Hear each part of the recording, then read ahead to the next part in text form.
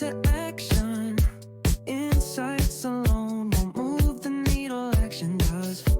Epiphany to action is the podcast for executives, entrepreneurs, and decision makers who don't just want to think about change, but let it. That question doesn't come from weakness again. Remember, you are the strongest woman that exists because you went through the fire. I know, you went through the fire and you came out and you're trying to get out and stay out. So it comes all of it, all that questions, all these questions that you have come from maturity because you have been growing in that process. Oh yes, you have grow. You cannot imagine until you are completely out of the situation at ease with yourself.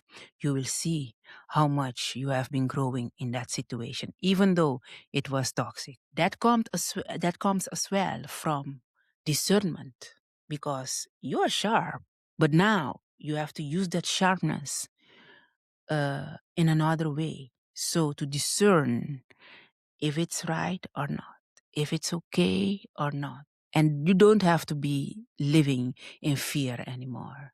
Because somewhere, somehow, deep down, there were a kind of fear there. Fear for making mistakes, fear for saying the wrong things, fear for not reaching the success, fear of not achieving your goal, fear of whatsoever. You don't name it. You didn't name it back then.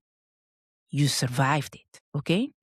So from a woman who knows the cost of staying misaligned, this is especially true for women who have experienced toxic and narcissistic dynamics. It's the way to go. Because in those environments, again, where you wanted wanting more clarity because these situations made you so confused that you keep asking for clarity.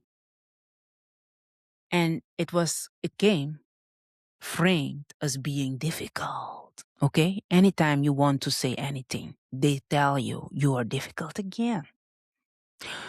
Wanting change was labeled that you are ungrateful. You're not supposed to want change because it's okay here. It's okay. The situation. What do you no? Did you see that you know what I mean? Some people did say something strange to you and you addressed it and said, "No, I didn't say anything strange." And you go to someone else and you go, you did hear it, yeah, right? You did hear that it's not okay. I didn't hear anything. And then you say it's not okay. You want some change. And then they tell you, "Oh, isn't good enough? Isn't good enough here?" You're ungrateful. That's what I mean with that. So wanting space was interpreted as cold, that you don't want people around you. But it's not. You know why you were asking for space. You were asking for space because you were feeling exhausted. The low frequency were killing you, but you didn't dare to say it. And when you tried a few times, they said you're cold. Why don't you want people around you? Why don't you want more space? Why do you want an office for you alone to focus with all the beauty or luxury or whatever you have around you? Why you alone? We are here. We want to join you. Your heart cells were saying to you, please get out of that environment. And that's how you survived it. And they called you cold. You remember? You have learned to suppress your urge until it get louder.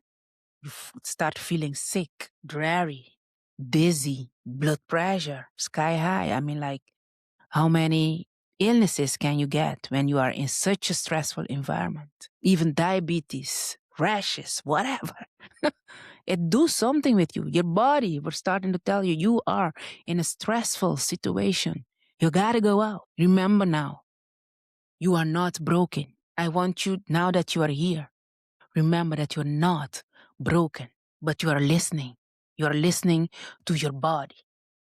Now you got into the wisdom to listen to your soul that was talking to you all the time, but you didn't have the power in you, the strength to get there.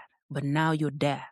You are now so broken that you are really there. And that's why you're here.